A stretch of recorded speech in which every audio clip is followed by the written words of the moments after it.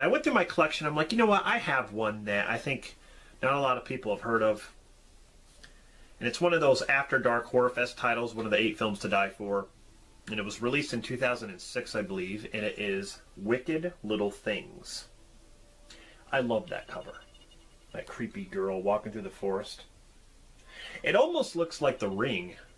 I mean, the way she has her hair and everything. The unrated director's cut, I'm not really sure what's different about it. It's a Lionsgate title, directed by J.S. Cordone, and there is actually an audio commentary, which I have not listened to yet. It'd actually be interesting, but this is a solid flick, let me tell you, for a low-budget film. But it's basically about a widowed lady named Karen and her 2 daughters, Sarah and Emma. They moved to a remote home in the mountains, which Karen inherited from her late husband.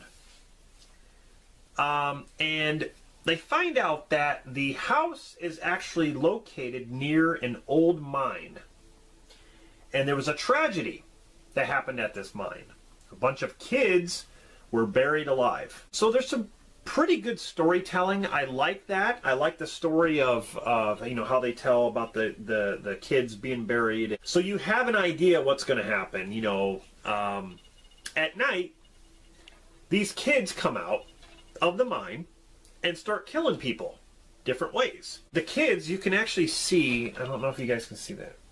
Put it closer there. That's what the kids look like. So they're kind of pale.